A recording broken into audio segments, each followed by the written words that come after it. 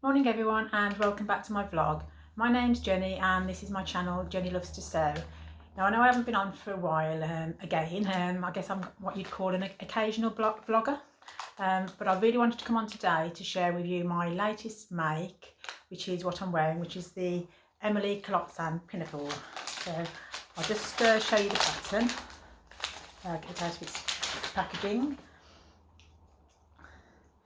So that's the pattern, and it was a new to me pattern company I discovered by watching the Fold Line vlogs. They mentioned it possibly a couple of months ago in one of their pattern reviews, and this one came up, and I went over to the website straight away to have a look because I definitely need more trousers in my wardrobe. And I liked the look of this because it's got a pinafore top bit which is detachable, so it gives you a two-in-one outfit. So I'll just insert a couple of photos for you so that you can see what it looks like with and without the bib, and then I'll tell you a little bit more.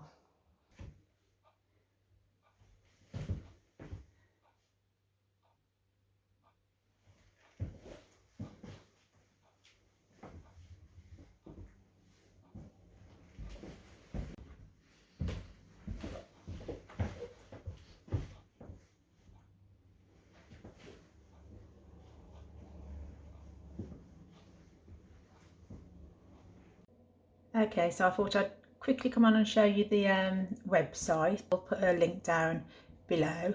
They've got some really nice patterns. If I zoom in on that, so we've got the nice jumpsuit pattern there, and the wrap dress, some more dungarees there. Quite like those actually. Those look nice dungarees. Those are done in a cord by the looks of it. And this is the pattern I use, the Emily Culottes and Pinafore. So that's the Culottes, and then that's the Pinafore there. Another thing that's really useful about their website is if you scroll down to here, it says you can click for recommended fabrics, and they also sell fabric, which I find really useful, especially if you're a little bit new to sewing and you're not sure of what fabrics to use. So they've got a really nice choice of fabrics here. They've got a nice some nice cord, which is, prices are per half metre, so that's £10.50 a metre. That looks nice. It's a nice grey coloured cord. Or they've got some checked cotton. So yeah, I find that really useful for helping you to decide what fabric to use, because there's been times when I've bought a pattern and I haven't got a clue what fabric to use.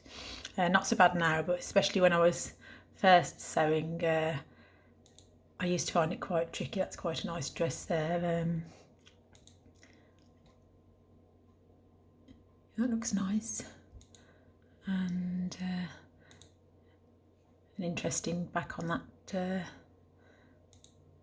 top there. And that one uses, gosh, that only uses a width of roll 140 centimetre wide, then you only need 60 centimetres of fabric, so that's a real scrap busting pattern. So yeah, I hope you found that one useful. So I ordered the pattern directly from the website, and it comes in a plastic wallet, and you get I got a little thank you note there saying they're looking forward to seeing my culottes. You get your pattern pieces, which are on really good quality paper, which is what I really like. I like the I'm not so keen on all the soft flimsy tissue paper, because I do like to trace my patterns. And there's a little leaflet at the back which just tells you fabric requirements. I think on the Pinafore it actually said, just for the culottes, it said it was the size I did, it was 175 centimetres for the trousers, and then extra 65 centimetres if you wanted to add the Pinafore top.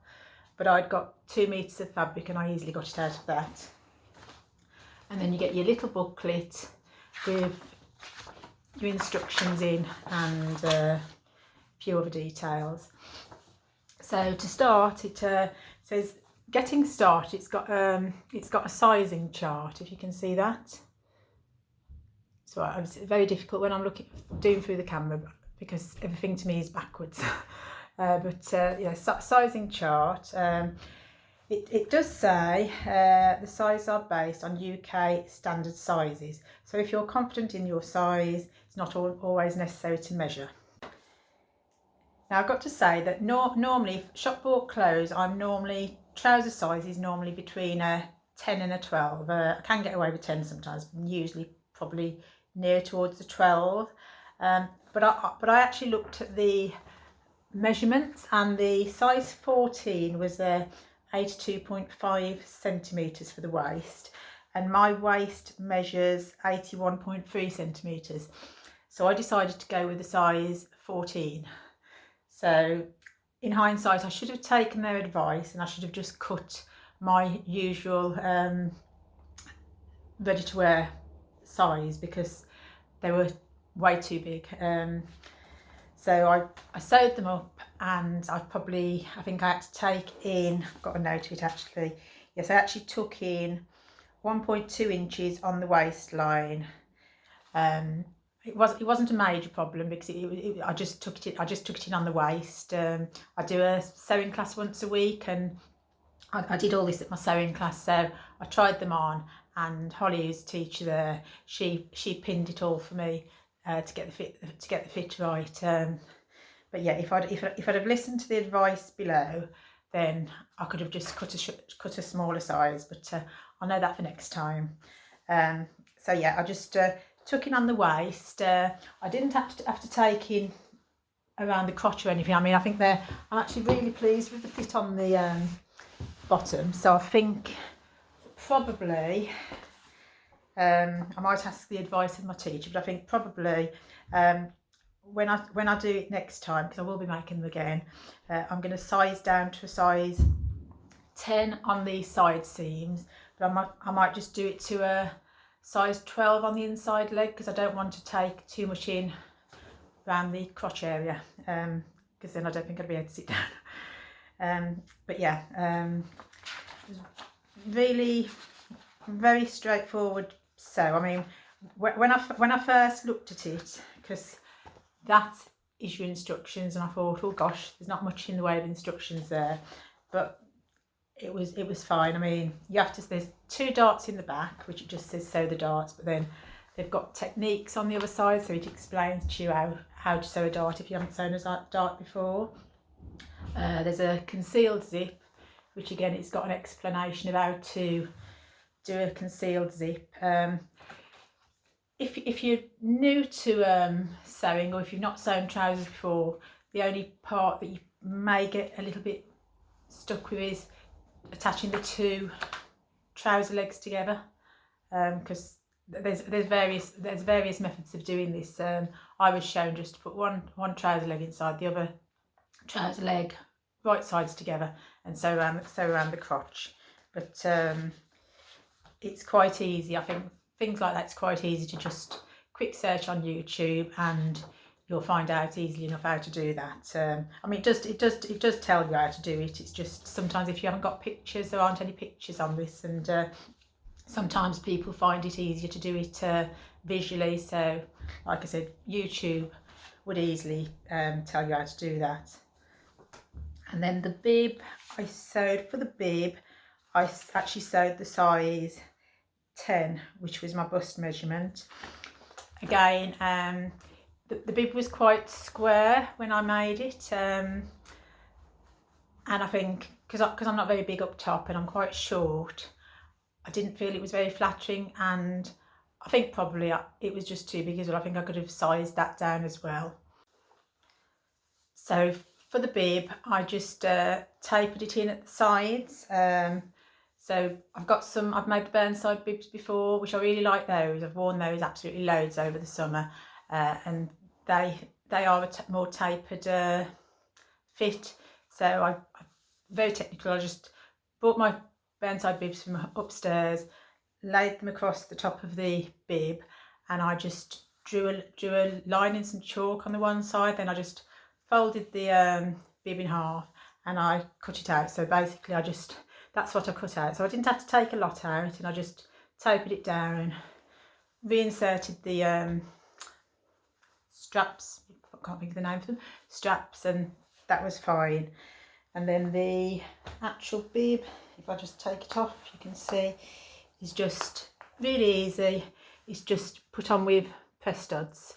So you've got 3 press studs on the front, and then on the back, stripping off now, you've got 2 on the back. These are actually a bit too long, which in the instructions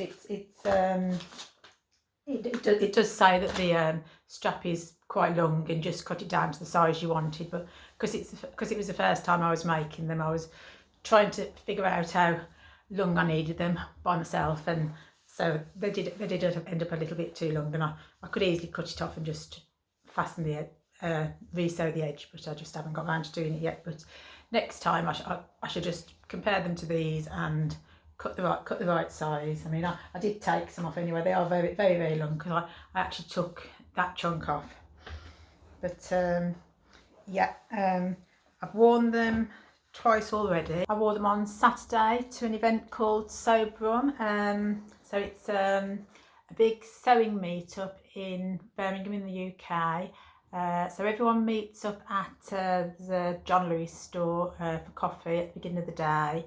I think there was probably 200-300 of us. There was absolutely loads of people, and it's quite funny actually, because you're spotting people who you know from Instagram, or who you've seen you follow their channels on YouTube. So yeah, it's quite a surreal event actually.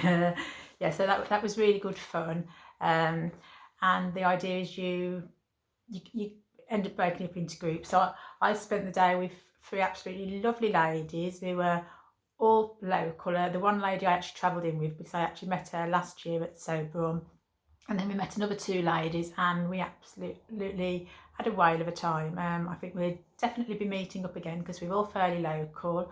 We went to the rag market. We actually never got round to going to Barry's or the fancy silk store, because we just spent so much time around the rag market. So yeah, that's an excuse to go again anyway. And then we caught the bus into Moseley, where there's a Guthrie and Garney, and I did buy 1 piece of fabric from Guthrie and Garney, and then they had a raffle and coffee and cake upstairs, and yeah, it was a lovely day. So I did buy 1 piece. Well, I bought 4 pieces of fabric altogether, but I did buy 1 piece of fabric from the rag market, which was with these Emily clots in mind again. So it's I don't actually know the composition of the fabric, but it looks and feels like a suiting fabric. I put that up to the camera, so it's got a very fine check to it. Yeah, good drape and good weight. So I think that should be ideal for the trousers. I think I got 2 meters, and it was something ridiculous, like it was either £1 or £2 per meter, so really cheap. So yeah, I want to make them again. I'm thinking, if I have got enough fabric, I want to put pockets in, because I do like my pockets. So I'll just use the burnside bib pattern, because I've got the pockets on there, and just put those on. But yeah, I haven't talked a lot about Sewbrum, but there are a couple of I met a few ladies from YouTube and from Instagram, but a couple of the ladies I know have put vlogs on about Sewbrum. So there's So Little Time and You've Got Me in Stitches. So I will drop links to their vlog pages down below, and go and check it out, because it really was a wonderful event. And yeah, so glad I went, because I had such a fabulous day. So yeah, I hope you found that useful. I'd definitely check out the workshop website, because they have got some really nice patterns. I'll definitely be looking at it again. I've got another couple in mind.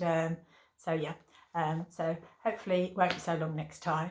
Till next time, and hopefully see you all again soon. Thanks for watching. Bye.